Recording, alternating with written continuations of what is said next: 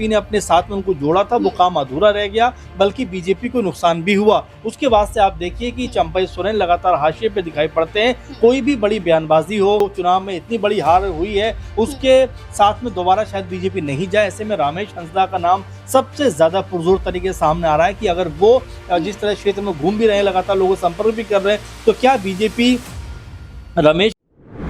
घाटशिला विधानसभा seat पर होने वाले उपचुनाव के मद्देनजर कांग्रेस पार्टी और झारखंड मुक्ति मोर्चा के जरिए लगभग स्पष्ट है कि चुनाव कौन लड़ेगा।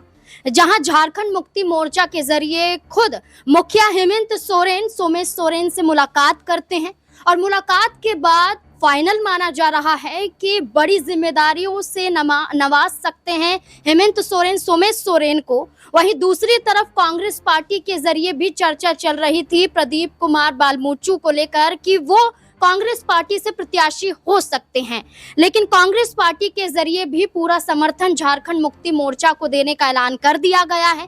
यानी कि आप देखिए, औपचारिक रूप से कोई ऐलान अभी नहीं हुआ है, लेकिन लगभग तय माना जा रहा है कि रामदास सोरेन के निधन के बाद उनके बेटे ही उपचुनाव में उतरेंगे। ये लगभग आपसी सहमति नजर आ रही है।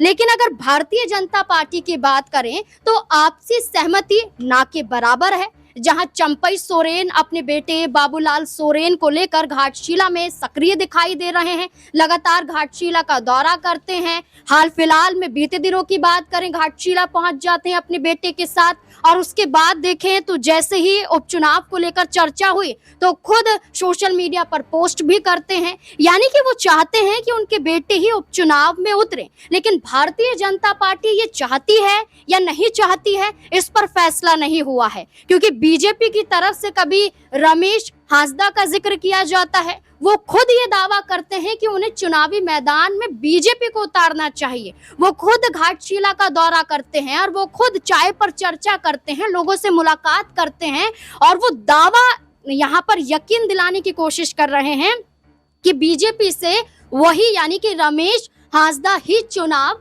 लड़ सकते हैं। लेकिन इस बीच में भारतीय जनता पार्टी को एक दल है, वो सहयोग दे सकता है। ये दल जयराम महतो का है। ये पार्टी जो है JLKM, ये चुनाव में ही सक्रिय हुई। विधानसभा चुनाव की बात करें, चुनाव में उतरी भी, और जयराम महतो की बात करें, उन्होंने चुनाव भी लड़ा।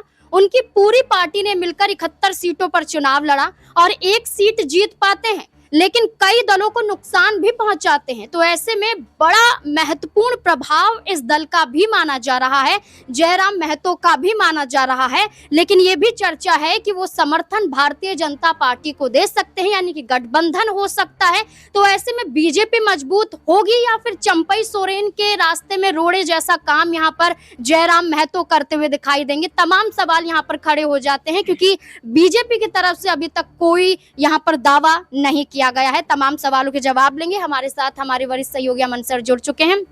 सर, जहां चंपई सोरेन के बेटे घाटशिला से चुनाव लड़े थे, विधानसभा का चुनाव हार जाते हैं और उसके बाद फिर चंपई सोरेन अपने बेटे पर विश्वास जताते हैं, लेकिन भारतीय जनता पार्टी ना के बराबर चंपई सोरेन और उनके बेटे पर विश्वास कर रही है। तो क्या चंपई सोरेन को लेकर ऐसा ना माना जाए कि बीजेपी में आने के बाद उन्हें सिर्फ धोखा ही धोखा मिल रहा है? देखिए, बिल्कुल, जब चंपई सोरेन बीजेपी में शामिल हो रहे थे नाज़मीन, उस वक्त भी ये बात खूब जोरों शोरों से उठ रही थी कि क्या वाकई में उनको बीजेपी में शामिल होना चाहिए। आप देखिए, लगभग 35-40 साल की जो राजनीति है वो उन्होंने शिबू सोरेन या जेएमएम के साथ में की है। ऐसे में एक अलग विचारधारा के साथ में जुड़ना, यानी कि बीजेपी के खिलाफ राजनीति की है और उन्हीं के साथ में जुड़ना, कहीं ना कहीं लोगों ने यही कहा कि इससे बेहतर तो विकल्प है कि आप अपना अलग दल बना लीजिए। लेकिन तमाम बातों को दरकिनार करते हुए चंपई सोरेन ने बीजेपी के साथ में जाना बेहतर समझा और चुनाव गए भी और चुनाव भी लड़े। लेकिन महत्वपूर्ण बात यह हो जाती कि उनके सहारे बीजेपी शायद ये सोच रही थी कि झारखंड के अंदर अपना पूरा माहौल बन जाएगा, पूरा बेहतर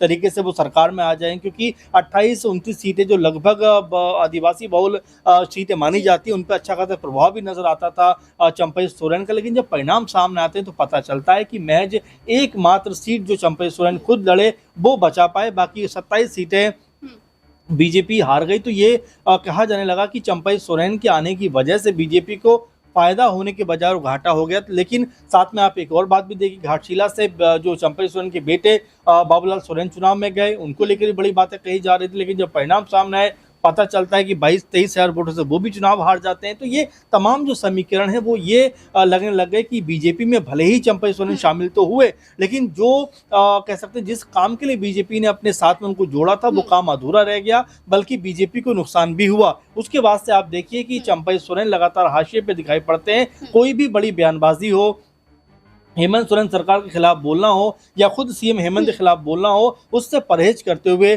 चंपई सोरेन नजर आते हैं। तो क्या वो ये सोच रहे हैं कि अगर उनके बेटे को अगर घाटशिला से टिकट नहीं दिया तो कोई बड़ी सोच के साथ में वो आगे बढ़ सकते हैं? क्योंकि बीजेपी में भी ऐसा लग रहा है कि कोई बहुत ज्यादा खुशबू दिखाई नहीं पड़ते, चाहे किसी भी पद की बात करें। जी, यहाँ एक सवाल ये बनता है रमेश हांसदा को लेकर। वो खुद 2014 में भारतीय जनता पार्टी का हिस्सा बने, झारखंड मुक्ति मोर्चा के साथ थे, 2014 में बीजेपी में आते हैं। तब से ही उन्हें उम्मीद थी कि बीजेपी के जरिए उन्हें टिकट दिया जाएगा। अगर पिछले लोकसभा चुनाव का जिक्र करें तो वो चुनाव लड़ना चाहते थे, लेकिन मौका नहीं मिला और बाबूलाल मरांडी के लिए उन्होंने बड़ा योगदान दिया, उन्हें जिताने के लिए लगातार प्रयास किया उन्होंने। और इसके अलावा हम बात करें तो चंपई सोरेन जिस विधानसभा सीट से चुनाव लड़ रहे थे, इस सीट से रमेश हांसदा भी चुनाव लड़ना चाहते थे, लेकिन बीजेपी ने चंपई सोरेन पर भरोसा जताया, फिर उनकी उम्मीदें टूटती हैं। अब घाटशिला विधानसभा सीट पर जहां बाबूलाल सोरेन को उतारा गया था, वहां भी कहीं ना कहीं उन्हें झटका लगता है, लेकिन अब उपचुनाव में उन्हें उम्मीद है कि बीजेपी उन्हें मौका देगी। और वो खुद ये कहते हैं कि आदिवासियों की अगर जीत होगी तो बीजेपी के जरिए होगी। तो क्या रमेश हांसदा को मौका दिया जा सकता है? देखिए, बड़ा सवाल यही बन रहा है कि बीजेपी आखिर किस प्लान के साथ चुनाव में जाना चाहती है। क्योंकि घाटशिला की बात करें तो इस सीट के ऊपर लगातार दबदबा या तो कांग्रेस पार्टी कर रहा है या जेएमएम कर रहा है। इक्का दुक्का मौके पे जरूर बीजेपी ने वहां पर जीत दर्ज की है, लेकिन उसके बावजूद अगर देखा जाए तो जेएमएम और कांग्रेस पार्टी की मजबूती सीट के ऊपर रही है। लेकिन अब अहम सवाल ये बन जाता है कि अगर इतनी बड़ी कह सकते हैं जीत यहाँ पर जेएमएम प्रत्याशियों को मिली, जो शिक्षा मंत्री भी रहे और तमाम तरह से मजबूत प्रत्याशियों में से एक थे, ऐसे में अगर उनके बेटे को टिकट यहाँ से अगर जेएमएम से दिया जाता है, यानी कि जो सोमेश सोरेन है, अगर उनको टिकट यहाँ से दिया जाता है तो एक बड़ी कह सकते हैं कि जो कह सकते हैं चुनाव को लेकर जो रणनीति है वो पक्ष में जेएमएम के जाते हुए दिखाई पड़ेगी। क्योंकि कांग्रेस पार्टी पहले ही समर्थन का ऐलान कर चुकी है, वाम दल साथ में है, आरजेडी भी साथ में है। तो ऐसे में बीजेपी के लिए मुश्किल ये हो जाएगी किस तरह से इस पूरे के पूरे मामले को साधा जाए। क्योंकि यहाँ पर अगर बाबूलाल सोरेन की ही बात करें तो 22,000 के बड़े अंतर चुनाव हारे हैं, अगर उनको वापस चुनाव में भेजा जाएगा तो ये बीजेपी शायद करना चाहे कि जो चुनाव में इतनी बड़ी हार हुई है उसके साथ में दोबारा शायद बीजेपी नहीं जाए। ऐसे में रमेश हांसदा का नाम सबसे ज्यादा पुरजोर तरीके से सामने आ रहा है कि अगर वो जिस तरह क्षेत्र में घूम भी रहे हैं, लगातार लोगों से संपर्क भी कर रहे हैं, तो क्या बीजेपी रमेश के साथ जाना चाहती है, उनके साथ ही रणनीति बना रही, या फिर कोई और चेहरा ऐसा है जिसके बारे में अभी बात नहीं हो रही है। आने वाले दिनों में खुलकर वो चेहरा भी सामने आ जाए। लेकिन फिलहाल बीजेपी कहने कंफ्यूज नजर आती है और साथ में चंपई सोरेन को लेकर जरूर ये बात कहा जा सकता है कि वो अपने बेटे को एक मुकाम दिलाना चाहते हैं, अपने बेटे को घाटशिला पे जीत दिलाना चाहते हैं। लेकिन बीजेपी हर कदम बड़ा फूक फूक के रख रही है। उसको पता है कि ये बड़ी मान सम्मान की लड़ाई है, क्योंकि यहाँ पर इस हार जीत से सरकार के जाने या आने में कोई फर्क नहीं पड़ने वाला है। लेकिन ये आत्मसम्मान की लड़ाई जरूर सामने आ जाए कि भाई हेमंत सोरेन के खिलाफ हम लोगों ने माहौल बनाया और ये सीट यहाँ पर हमने हासिल कर ली। और साथ में जो वरिष्ठ नेता हैं उनको लेकर भी सवाल कहने के उठते हैं, चाहे वो अर्जुन मुंडा हो, चाहे वो बाबूलाल मरांडी हो, रघुबर दास हो, निशिकांत दुबे हो। ये बड़े बड़े नेता के रहते भी अगर बीजेपी यहाँ पे हार जाती है तो फिर बीजेपी के ऊपर या संगठन जो है उसके ऊपर सवाल खड़े होने लग जाएंगे। सर, यहाँ पर जैसे मैंने शुरुआत में कहा कि जयराम महतो एक ऐसा चेहरा जिसने प्रभाव डाला और एक छोटा दल है जो हाल ही के चुनाव में सक्रिय हुआ। ये ऐसा माना जा रहा है कि इस उपचुनाव के दौरान बीजेपी के साथ गठबंधन में आ सकता है। यही चेहरा है जिसने झारखंड मुक्ति मोर्चा को एक सीट पर हराने का काम किया था। और ऐसे में प्रभाव रहेगा तो क्या ये माना जाए कि बीजेपी के लिए जीतना आसान हो सकता है जयराम महतो के जरिए, या फिर एक मुश्किल और खड़ी हो सकती है? देखिए, अगर हम जयराम महतो की बात करें तो 8,000 के आसपास उनको वोट मिले घाटशिला पे, तो इसका कोई बहुत बड़ा प्रभाव नहीं पड़ेगा। लेकिन फिर भी आप देखिए नाज़मीन की हर एक वोट की और हर एक सीट की अपनी एक वैल्यू होती है। और यहाँ पर अगर जयराम महतो बीजेपी के साथ में चले जाते हैं तो समीकरण तो कहीं ना कहीं बनता हुआ और सधता हुआ दिखाई पड़ेगा। क्योंकि बीजेपी अब ये चुनाव जीतना ही चाहती है, किसी भी तरह तरह से किसी भी ताकत के साथ में जाना ही चाहती है, तो क्योंकि उनको भी पता है कि आत्मसम्मान की लड़ाई है, अगर ये सीट वो जीत जाते हैं तो एक तरीके से सरकार के खिलाफ एक माहौल बना सकते हैं। वहीं जेएमएम ये सोच रही है कि भाई अगर हम ये सीट हार जाते हैं तो कहीं ना कहीं एक झटका लगेगा कि भाई सरकार होते हुए भी लोगों का विश्वास जीतने में कहीं ना कहीं हेमंत सोरेन नाकाम रहे हैं। तो ऐसे में अपनी अपनी लड़ाई है, लेकिन महत्वपूर्ण बात यह है कि आखिर वो दो कौन प्रत्याशी होंगे, दोनों तरफ से वो चुनाव में उतरे हैं, क्योंकि लगभग ये आप मानकर चलिए कि जयराम जो महतो हैं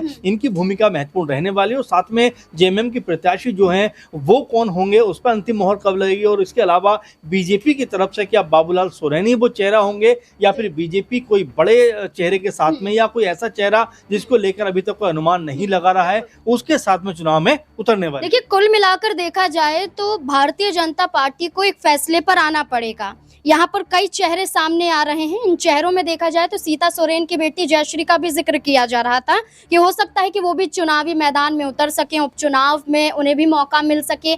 लेकिन पूरी तरह से अगर हम देखें तो चंपई सोरेन घिरे हुए हैं। होगा तो क्या होगा, विश्वास जताया जाएगा कि नहीं जताया जाएगा। चंपई सोरेन को लेकर अगर भरोसा नहीं जताया गया तो फिर उनका अगला कदम क्या होगा, क्योंकि कई बार हमने कई मंच से देखा है कि चंपई सोरेन का अपमान सिर्फ बीजेपी में रहकर ही हुआ है।